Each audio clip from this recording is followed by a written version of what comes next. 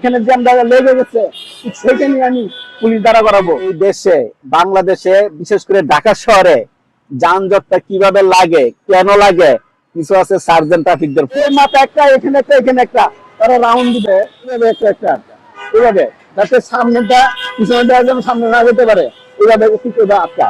যে এখানে যদি ওই যে গাড়িগুলো সিরিয়াল এক সিরিয়ালে থাকতো, তাহলে কিন্তু এখানে এই গাড়িগুলো জ্যাম লাগে না। এই পাশে জ্যাম গুলা লেগে আছে একমাত্র আমাদের ড্রাইভার বাইকের কারণে। গাড়িগুলা এরকম ভাবে তারা করবো যে ওর পিছনে যেন পিছনে গাড়ি না যেতে পারে, পেছনে না উঠতে পারে। মেইন রোডে কোনো রিক্সা উঠতে দিব না, ওদেরকে দেশের ভিতরে যে শাখা রুট গুলো আছে এখানেও থাকতে হবে, কিন্তু ওইখানে আপনার এক লাইনে থাকতে পারবেন, এক সিরিয়ালে। এখানে এলোমেলো পারবে না, এলোমেলো করলেই ওনাদেরকে পানিশমেন্ট দেওয়া হবে। আমার মনে হয় যে এখানে যে লোকগুলো আছে এরা ইফতারি টাইমের মতন এরা বাসা যেতে পারবে না, আমি নিজে যেতে পারবো না, ওরাও যেতে পারবে না।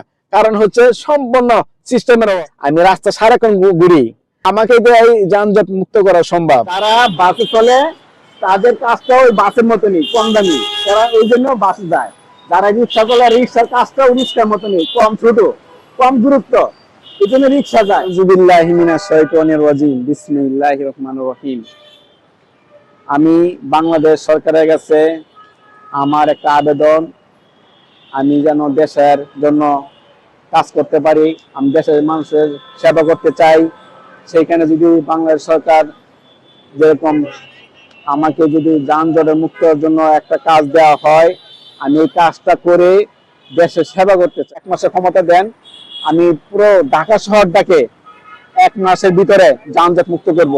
আমি ট্রাফিক সার্জনদেরকে রাউন্ড দেওয়াবো, যেখানে যেখানে যানজট সেখানে ওনারা যে যে এই যানজট গুলো ছুটাবে, আমি সাথে থাকবো, আমি সাথে থাইকা এই যানজট গুলো মুক্ত করবো ইনশাআল্লাহ। আমি যেটা না পারবো সেখানে আর্মি বাইরে পারবে না, পুলিশ বাইরে পারবে না, ছাত্র বাইরে পারবে না, কেউ পারবে না। কারণ আমি অভিজ্ঞতা নিয়ে নামছি, অভিজ্ঞতা ছাড়া এখানে আমি নামি নাই।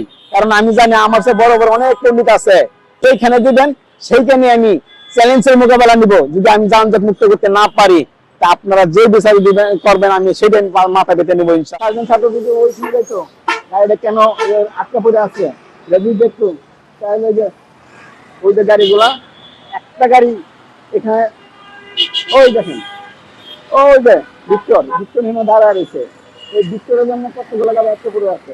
ওই দেখেন মোটরসাইকেল কিন্তু এই সাইডে থাকার কথা, মোটরসাইকেল এই পাশে বসে। ভ্যান গাড়ি বলেন, রিক্সা বলেন, সিএনজি বলেন, হ্যাঁ প্রাইভেট কার বলেন, বাস বলেন, সম্পূর্ণ এলোমেলো। কারণ যদি এলোমেলো না হইতো আজকে দেশের জ্যাম লাগতো না। এরকম যদি আমরা রাউন্ড দিতে পারি, একটা রাস্তার জ্যাম দেখাতে পারবেন না। ওই দেখেন ওই যে বাসটি দেওয়া দেন, আর পাবলিক দেখেন, পাবলিকের মাঝখানে গেছে গা। এখানে পাবলিক কিন্তু মাঝখানে যাওয়ার কথা না, পাবলিক থেকে সাইডে, এই যে সাইডে আছে কথা। এখানে কিন্তু একটা ট্রাফিক যদি সুন্দর ভাবে গাড়ি আটকে তো, তাহলে এই গাড়িটা সুন্দর বের হয়ে গেলে আবার এদিকে আটকে তো ওই টাইম মতো আসে পড়তে পারতো।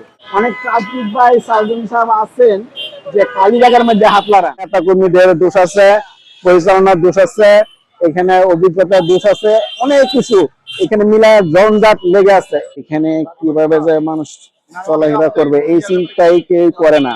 সেগুলো হচ্ছে এই রাস্তার সমস্যাগুলো।